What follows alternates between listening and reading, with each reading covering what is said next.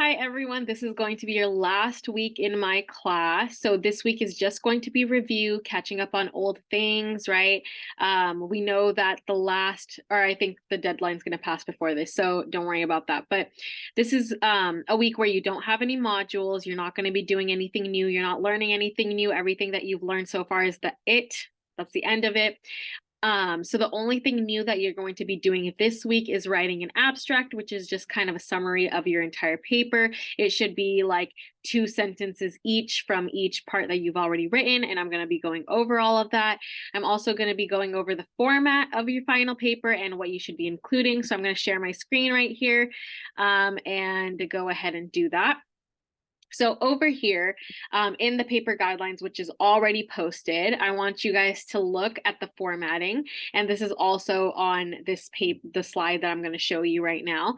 But the margins should be 1 inch on all sides. The font type should be Times New Roman. I know that when you guys have been turning in your papers, you haven't done Times New Roman, and that's totally fine, right? But when you copy over, like say your abstract to your final paper, make sure it's Times New Roman, it's 12-point font, and it's double spaced. So this should be your section of the paper. This is everything that needs to be included in your final paper. So you need to have a title page. I'll show you what that looks like. You need to have your abstract, which you are going to be writing this week. You should have your introduction, methods and discussions, and future directions. These are all 4 things that you should have already written, right? The intro was due a while ago, so was the method, so was the discussion, so is the future directions. All you need to do is transfer all of that over to one document, so it's a full research paper. That's all you need to do. If I told you to change stuff up, please change all of that up and then make those changes to your introduction and then copy it over. Let's say if you got like a 9 out of 10 on your methods and I said to fix something, if it's not fixed, you're still going to get a 9 out of 10 on your final paper as well. So you want to make sure you're making those changes before you turn in your final paper. And then the last part is references. This is just going to be you citing the article that you used. So I'm going to show you all of that. So if you look over here, we have your effects of ketamine sample paper. So we're going to click on that, right? And this is what your paper should look like. This is what you should use as a reference, right? So this is going to be your title page. You're going to write the title of the article, basically. And then you're going to write your name and then the class, which is physiological foundations, and then Long Beach City College, and then the year.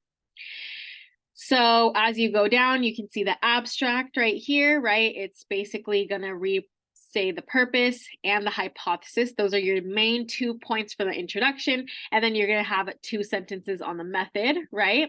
Then you're also going to have the discussion, right? It was discovered. What was discovered? What did we discuss, right?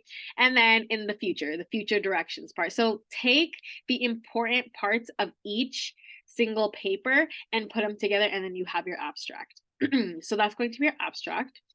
Then again, copy over your introduction, right? Here's your methods, your discussion, your future directions, and then you should have your references.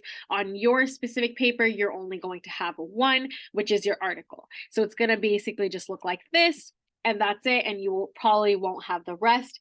My favorite things to kind of convert citations is BibMe or Bibliography Maker or OWL Purdue. If you put it in your article, it just gives you the citation. Or if you look up your article on Google Scholar, it also has a citation note, and it has to be APA format. Don't forget that the references have to be APA format. And then you're just going to copy it over to your references page, and then you're done. That's it. So if you've been turning in all of your sections on time, this shouldn't take that long. Then you're just going to be writing your abstract, putting everything together, and then just turning it in, and it's worth 100 points. So make sure you're turning everything in on time, right? And you're doing everything proper. If you have any questions, please let me know. Other than that, I will always be available if you want to set up a Zoom meeting, email, whatever you want. But that is all that's expected from you this specific week, is just to turn in your research paper, which is going to be due on Sunday. So you have a full week to do it and catch up if you haven't done any of the other parts. But yeah, let me know if you guys need anything. Other than that, I will let you guys get to work.